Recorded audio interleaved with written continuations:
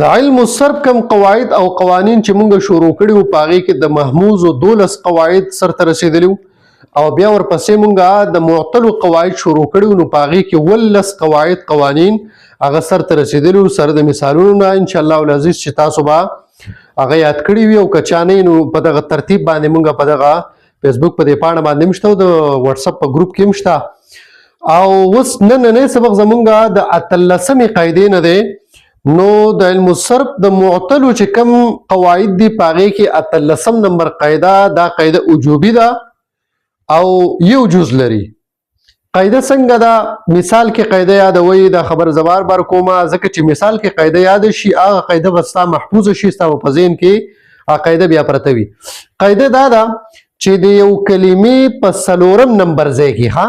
د کلمې په 4 حرف یا د 4 نم اخوا 15 شپږم خو د کلمې په 4 ځای کې یا د دین اخوا چې کچرته وو راغلی وو نو دغه وو به وجوبن په یا سره بدلول شي. بس دا قاعده شو اسانه قاعده ده د یو کلمې په 4 ځای کې چې وو راغلی یا د دینم اخوا راغلی نو دا به وجوبن په یا سره بدلول شي. شرط ورسیب دا دی چې مخکې تر ضمه یا وو ساکن نه. مثال وګورئ اعلیتو دا په اصل کې سو اعلوتو نو دا وو په کوم ځای کې راغی ګوره الف یو د عین 2 لام 3 او د قووي 4 نو په 4 ځای کې وو راغی نو کله چې د کلمې په 4 ځای کې یا د دینه دی خو وو راشي دا به وجوبن بدلول شي په یا سره. مثال لکه اعلیتو. قاعده نمبر 19 نلسمه قاعده دا قاعده وجوبي ده 2 اجزا لري ها دا بوټ چونکې وړوکی دی نو 2 قاعدې په لیکو بس بیا به مخې ته نور بزوخه. بعضې کسان وایي چې تاسو دا قاعدې غټه لیکئ نو کله چې قاعده غټه لیکئ نو بیا به یا قاعده نشي لیکلی او یا به هغه قاعده بیا پوره په دې کې راځي نه که نه یوه قاعده پکې هم بیا نه راځي. نو دې وجې نه ګوره قاعده نمبر 19 دا قاعده وجوبي ده 2 اجزا لري. اول نمبر جزء دا دی چې د تثنیې دپاره هم الف که نه د دغه تثنیې د الف نه مخکې که چېرته الف زایده راغلی دا به وجوبن په یا سره بدلولی شي. بس اسانه قاعده ده. مثال کې وګورئ حبلیانې دا الف چې دی نو دا د تثنیې دی د دې الف د تثنیې نه مخکې په دې ځای کې الف زایده و. الف زایده هغه الف ته وایي که نه چې هغه د حروف اصلي په مقابله کې نه راغلی ښه زایدي نو چې حروف اصلي په ماده کې نه بس هغه الف چې راغلی هغې ته زاید وایي. نو د دې الف د تثنیې لکه مخکې چې مونږ په دعاون کې وایي که نه نو دعاون اصل ماده دال عین وو دی دعاوه دی نو هغه دعاون کې کوم الف چې راغلی دی هغه الف زایده دی. نه حبلیانې په د دې الف د تثنیې نه مخکې دا کومه یا چې بدل شوې ده دا الف زایده و. نو قاعده څه شوه چې الف د تثنیې نه مخکې که چېرته الف زایده راغلی دا به وجوبن په یا سره بدلولی شي. دلته په یا سره بدل شوی دی حبلیانې دا د حبلا تثنیه ده ښه. دویم نمبر جزء دا دی چې د جمع مؤنث سالم هغه جمع ته چې په اخر کې الف او تا راغلی که نه نو د دقې جمع مؤنث سالم په اخر کې چې د الف او تا راغلی د دې الف نه مخکې که چېرته کې الف زایده راغلی هغه به هم بدلولی شي په یا سره. دا واجب ده لکه حبلیاتن نو دا الف چې دی دا الف د جمع مؤنث سالم دی د دې نه مخکې دا کومه یا چې تاسو ښکاري دا الف زایده و. نو دا قاعده شوه چې د جمع مؤنث سالم د الف نه مخکې چې کوم الف زایده راغلی دا به وجوبن په یا سره بدلولی شي لکه حبلیاتن دا جمع ده د حبلا جمع ده ها. نو دا 19 قواعد شو. قاعده نمبر 20 دا قاعده وجوبي ده او 2 اجزا لري. اول نمبر جزء دا دی چې د فعلون په وزن باندې کومه جمع وي هر یو جمع چې د فعلون په وزن باندې وي او د عین کلمې په ځای باندې یا راغلی نو دا ما قبل ضمه به په کسرې سره بدلولی شي. دا وجوبي خبره ده چې کومه یوه جمع د فعلون په وزن باندې وي او د هغې د عین کلمې په ځای باندې یا راغلی نو ما قبل ضمه په کسرې سره بدلولی شي. مثال لکه بیدون دا بیدون په اصل کې سو بویدون د فعل وزنو نو دا د عین کلمې په ځای باندې یا راغلی دا ما قبل چې کومه ضمه ده دا په کسرې سره بدلې بیدون.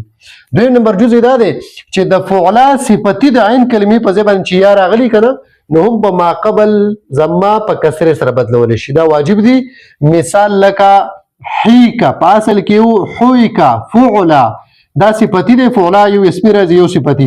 دا کم فعلا صفتی چې د دې د عین کلمې په ځای باندې یا راغلی نو دا ما قبل ضمه نه ده په دې ح باندې ضمه ده فعلا باندې خو ضمه ده که نه دقه ضمه په کسر سره بدلی لکه حیکا. اسانه قاعده ده. بس مثال ته وګورئ بویدون دا ضمه ما قبل چې ده دا په کسر سره بدل شوه. حویکا دقه ما قبل ضمه په کسر سره بدل شوه ولې ځکه عین کلمې په ځای باندې یا ده. قاعده نمبر 21 دا قاعده وجوبي ده او یو جز لري د فعلولتن په وزن باندې چې کم مصدري د فعلولتن په وزن باندې او داغي د عین کلمې په ځای باندې یا و راغلی وي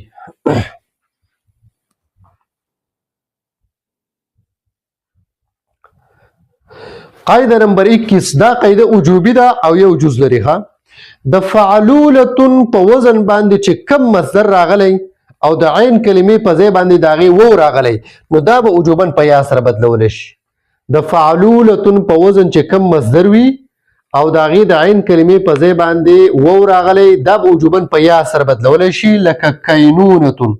دا پاسه کې سو کونونتن فعلولتن وزن دی نو د دې د عین کلمې په ځای باندې اصل حروف په دې کې څه دي کا پونون دی کنه نو د دې د عین کلمې په ځای باندې و راغلی دی دا وجوبن په یا سره بدل شو کینونتون ته جوړ شو قاعده نمبر 22 دا قاعده وجوبي ده او یو جز لري قاعده دا ده چې د یو اسم په اخر کې یا راغلی وي بعد الکسره د کسرې نه پس کم ته چې مونږه دا نحویان وته اسم منقوص وایي کنه نو کله چې د اسم په اخر کې یا راغلی بعد الکسره نو قاعده دا ده چې په حالت رفع او جر کې به د قیا ساکن کول شي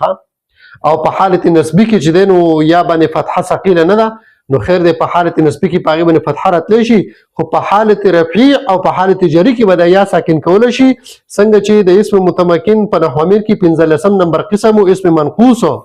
نو داغي اعراب مونږ ویلو چې در حالتین تقدیرا و در حالت واحده لفظا کنه چې په حالت رفعی کې به په تقدیر د ضمیر سره حالت نسبی فتحه لفظ سره او حالت جری په تقدیر د ضمیر سره نو په حالت رفعی او په جری کې به دغه یا ساکن کول شي دا قاعده شو چې د اسم په اخر کې یا بعد الکسره راغلی دا په حالت رفعی او حالت جری کې ساکن کول شي مثال لکه قادوی کچرته په دغه قادوی باندې الف لام داخلي او یا په اضافت راغلی وي نو په دغه دوه صورتونو کې به دغه یا بیا ساکن کول شي او یا به حذف کیږي نه او کچرته په دې باندې الف لام نه راغلی او په دې باندې اضافت هم نه نو بیا دغه یا ساکن د تنوین سره به اجتماع د ساکنین راځي بیا به دا یا حذف کیږي او دا بیا د څه ویل کیږي چې قادوین دا قادوین په اصل کې قادویونو خو د تنوین سره د قیا ساکنه التقاء د ساکنین راغلی دا نو بیا حذف شوی دا او چې کله په دې باندې الف لام داخلي لکه ګوره جاء القاضي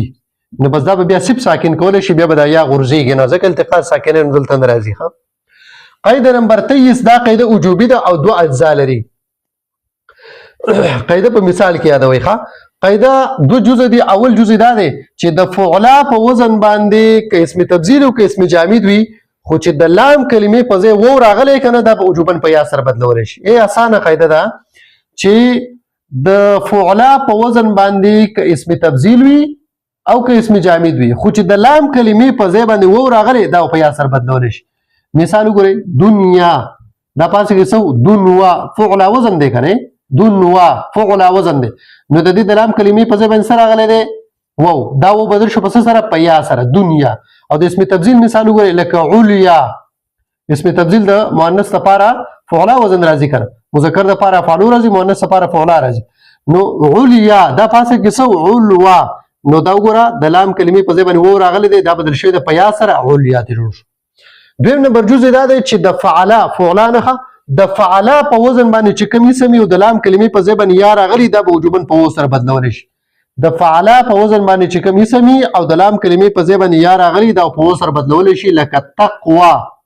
بعض کسانو دا لیکل غټ کوه کنه نو زه په مثال باندې تاسو دا پی نوم کړم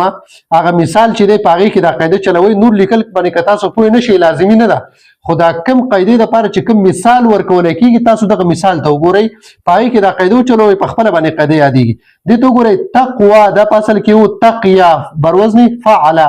نو د فعلا په وزن باندې چې کوم اسم راغلی د لام کلمې په ځای باندې یا راغلی دا به وجوبن په و سره بدلیږي دا یا په و سره بدل شوی دا تقوا ته جوړ شوی دی